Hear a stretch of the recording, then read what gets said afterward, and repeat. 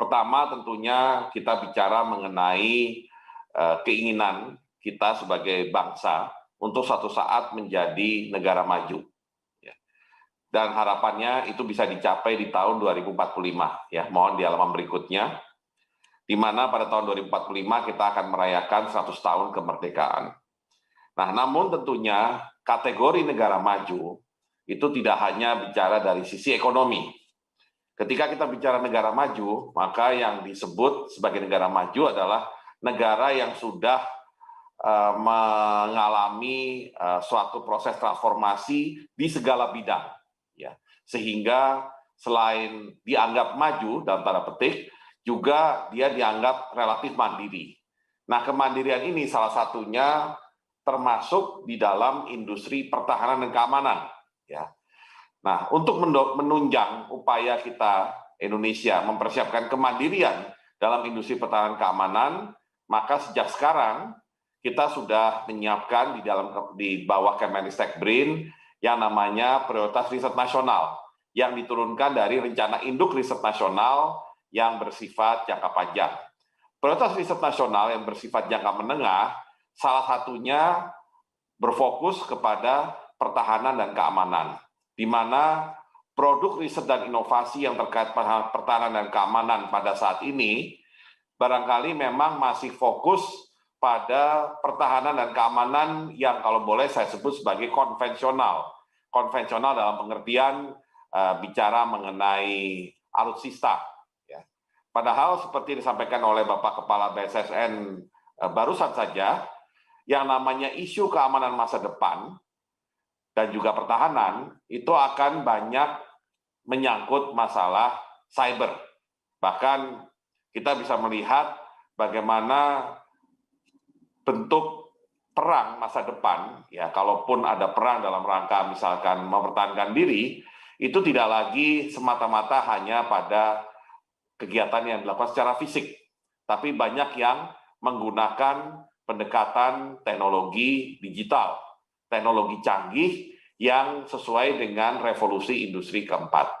Nah, karena itulah untuk prioritas riset nasional 2020-2024, untuk pertahanan keamanan memang kami masih fokus kepada yang konvensional, mengingat kita relatif belum terlalu mandiri ya untuk alutsista, baik untuk keperluan darat, laut maupun udara.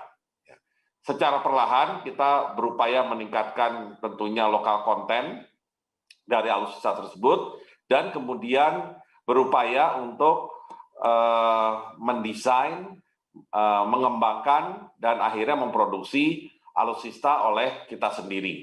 Salah satunya yang masuk PRN 2020-2024 misalkan drone untuk keperluan militer, di mana saat ini kita mengimpor sepenuhnya drone untuk keperluan militer dan kita sedang belajar. Dan untuk membuat drone yang barangkali kalau dalam pandangan saya ini tidak lagi sepenuhnya konvensional, tapi sudah memasuki era digital dan barangkali to some extent ini juga terkait dengan cyber security, maka teknologi drone ini pun kita harus fokus mengenai bagaimana misalkan tingkat akurasi, ya, tingkat akurasi dari persenjataan yang ada di drone tersebut maupun pada kemampuan drone tersebut untuk bisa terbang tinggi dengan jangka waktu lama, ya, dan juga tidak mudah terdeteksi oleh radar. Nah, disitulah barangkali era kita memasuki yang namanya cyber defense, cyber security, itu dimulai salah satunya dengan pengembangan drone tersebut, ya. Dan tentunya untuk mengembangkan drone banyak teknologi yang masih bagaimanapun harus kita pelajari dari luar. Tetapi kita sedang percepat sehingga harapannya insya Allah drone militer pertama yang kita sebut sebagai elang hitam ini bisa terbang first flight itu tahun depan, ya. Mungkin apakah bulan Agustus atau bulan November ini sedang kami upayakan.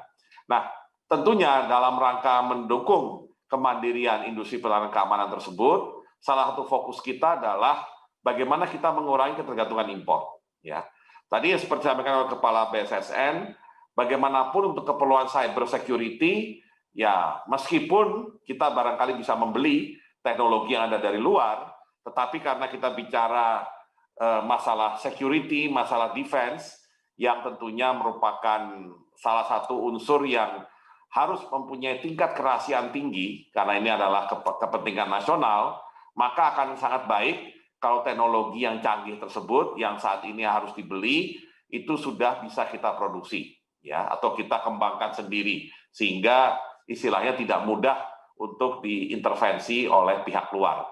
Nah, disitulah substitusi impor menjadi penting. Selain kita juga harus terus menguasai yang namanya frontier teknologi. Ya, bagaimanapun kalau cyber security, cyber defense itu menjadi arus utama dalam defense masa depan, national defense masa depan, maka mau tidak mau kita tidak boleh ketinggalan ya di dalam teknologi yang terkait dengan cyber security atau cyber defense itu sendiri. Karena meskipun barangkali kita belum bisa memproduksi sendiri atau mengembangkan sendiri, paling tidak penggunaannya yang kita bisa kuasai.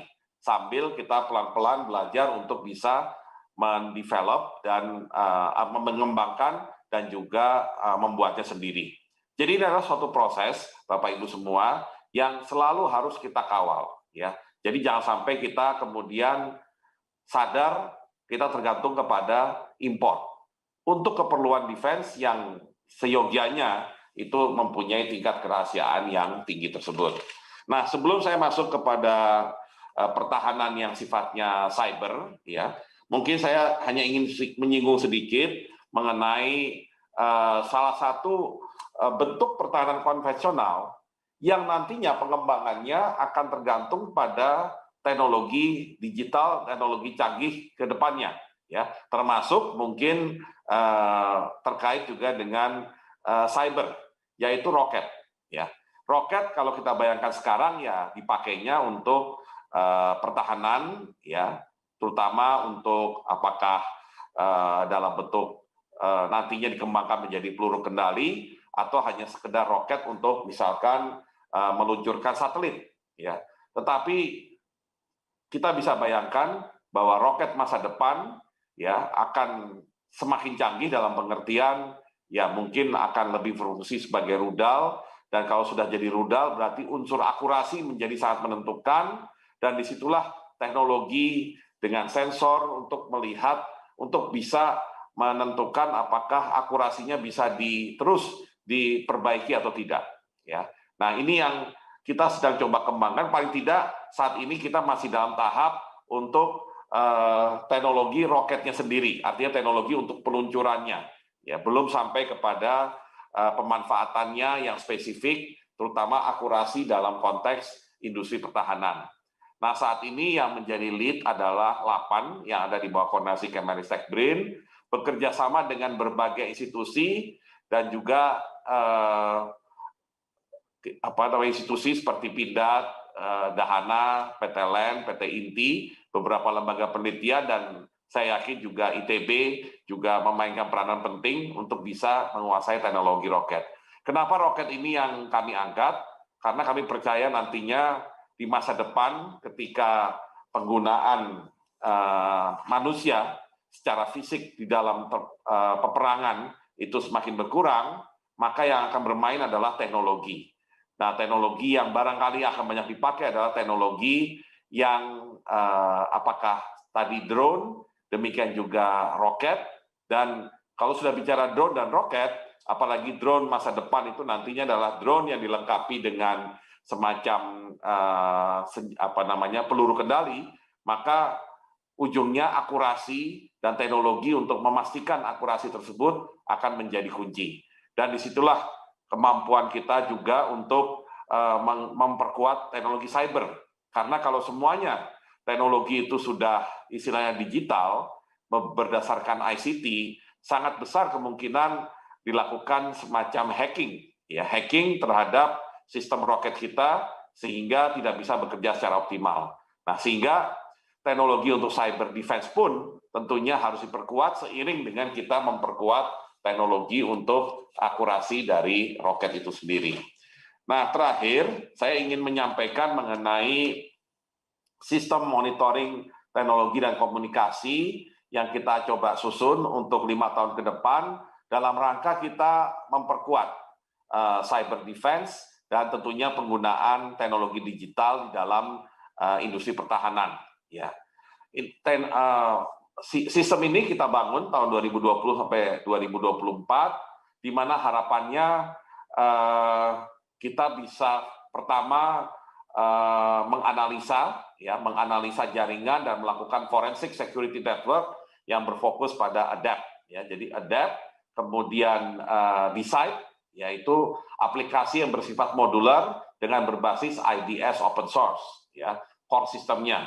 Nah, kemudian dari decide itu kemudian C, melihat, yaitu teknologi baru, yaitu di mana inovasi akan menjadi kunci, yaitu inovasi yang mampu memenuhi kebutuhan administrator jaringan, dan kemudian setelah C itu adalah learn, yaitu bagaimana caranya agar analisa data ini menjadi sebuah pekerjaan yang menyenangkan, artinya yang memang dibutuhkan. Dan kemudian proses ini menjadi proses yang sirkular, yang kemudian berlanjut kembali kepada adaptasi, di mana kita melakukan adaptasi dari apa yang sudah ada, dan kemudian terus mengembangkan teknologi baru yang tentunya lebih baik dari sebelumnya. Nah, untuk mencapai tujuan tersebut, tahun 2020, intinya yang menjadi fokus adalah bagaimana agar hacking, ya, data serangan itu disimpan dalam warehouse data. Artinya kita menganalisa dulu nih, apa yang biasanya menyerang kita, ya. Pasti kepala BSSN sudah sangat paham. Jadi berbagai jenis hacking yang terutama membahayakan misalkan sektor perbankan kita, ya. Mungkin di satu sisi pertahanan jelas sangat penting, tetapi sebelum sampai kepada isu yang lebih kritikal di pertahanan, yang pasti akan sangat perlu diwaspadai dan bisa menimbulkan kepanikan di tengah masyarakat kalau ada hacking ke sistem keuangan, terutama ke sistem perbankan, ya. Karena kita tahu, ya, kita semua yang di sini pasti punya rekening bank, dan disitulah sebenarnya sebagian besar kekayaan kita tuh disimpan, selain kekayaan dalam bentuk aset tanah atau properti, ya. Nah, kemudian setelah kita menyimpan atau mempelajari, menganalisa data-data serangan atau hacking tersebut, tahun 2021 kita berupaya untuk meningkatkan literasi digital melalui Digital Talent Scholarship, ya. Bagaimanapun untuk bisa mengantisipasi teknologi yang lebih maju dari cyber, SDM adalah kunci, dan itu sudah kita perhatikan juga untuk berbagai sektor lain maupun negara lain. Yang misalkan ketika bicara drone, misalkan, ya, ketika Indonesia baru sedang mempersiapkan drone militer yang pertama, kita sudah bisa menyaksikan drone yang dibuat oleh Amerika itu mempunyai tingkat presisi, maksudnya peluru kendali yang dilepaskan di drone tersebut mempunyai tingkat presisi yang bahkan sampai bisa mengenali wajah. Jadi tidak sekedar menggunakan panas tubuh, tapi bahkan sampai rekognisi wajah, sehingga benar-benar bisa sangat akurat. Nah, disinilah mau tidak mau, selain kegiatan riset dan inovasi, SDM akan menjadi kunci. Karenanya literasi digital melalui Digital Talent Scholarship menjadi penting. Nah, tahun 2022 kita akan mengarah kepada big data. Kenapa big data? Karena nantinya kalau bicara cyber, ya, maka salah satu strategi cyber defense maksudnya, maka salah satu strategi adalah kita benar-benar bisa cepat melakukan analisa terhadap big data, ya, sehingga bisa mempersiapkan sarana untuk bertahan, ya, terhadap kemungkinan hacking tersebut, ya. Nah, big data itu kan macam-macam, ya. Artinya kita barangkali bisa mengantisipasi terjadinya hacking yang berikutnya atau terjadinya serangan cyber berikutnya dengan menggunakan atau menganalisa big data, sehingga kita bisa menyusun sistem pertahanan kita sendiri secara cyber tadi, ya.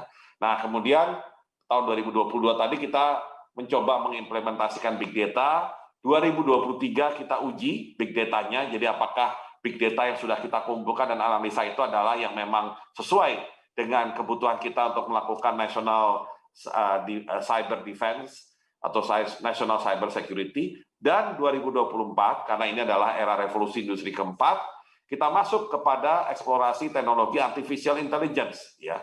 Karena akhirnya, ya, kalau kita misalkan mencoba menahan hacker dengan tenaga kita sendiri, artinya dengan tenaga manusia yang memang sudah terlatih, barangkali akan ada keterbatasan, ya, karena tentunya manusia juga ada keterbatasannya. Nah, karenanya keberadaan manusia yang melakukan upaya untuk defense tadi harus dilengkapi dengan artificial intelligence. Karena bisa saja yang menyerang itu adalah AI. Maksudnya hackernya bukan lagi hacker dalam pengertian manusia, artinya orang-orang yang jago hacking, tapi sudah diganti oleh AI. AI yang memang didesain untuk hacking. Nah, berarti kita harus menyiapkan AI yang disiapkan untuk mendefense hacking tersebut. Dan tentunya tidak sendirian, kita harus selalu memposisikan AI itu bukan substitusi human being. AI itu adalah temannya human being. Jadi AI itu adalah membuat manusia bisa lebih menjalankan fungsinya dengan baik. Ya. Jadi dia saling melengkapi. Jadi kalau lawan kita juga sudah dilengkapi dengan AI, maka kita juga tidak boleh. Nah, AI itu tentunya akan makin akurat, akan makin sophisticated kalau dia sudah menggunakan big data yang teruji, ya. Jadi ini tahapan-tahapan yang kita harapkan akan melahirkan national cyber defense yang benar-benar mumpuni, dan tentunya yang paling penting memang dikuasai oleh SDM Indonesia sendiri, itu nomor satu. Dan kalau ada pengembangan industrinya dan inovasinya juga dilakukan oleh orang Indonesia sendiri. Jadi kita tidak hanya sekedar belajar memakai, kemudian membeli alatnya, tapi kita tidak hanya sekedar belajar memakai tadi, kita belajar membuat dan memproduksi alatnya.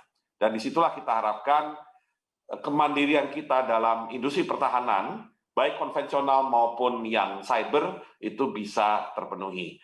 Itu mungkin yang bisa saya sampaikan, dan sekali lagi terima kasih atas undangan dari ITB untuk webinar kali ini. Wabillahi taufiq wal hidayah, wassalamualaikum warahmatullahi wabarakatuh.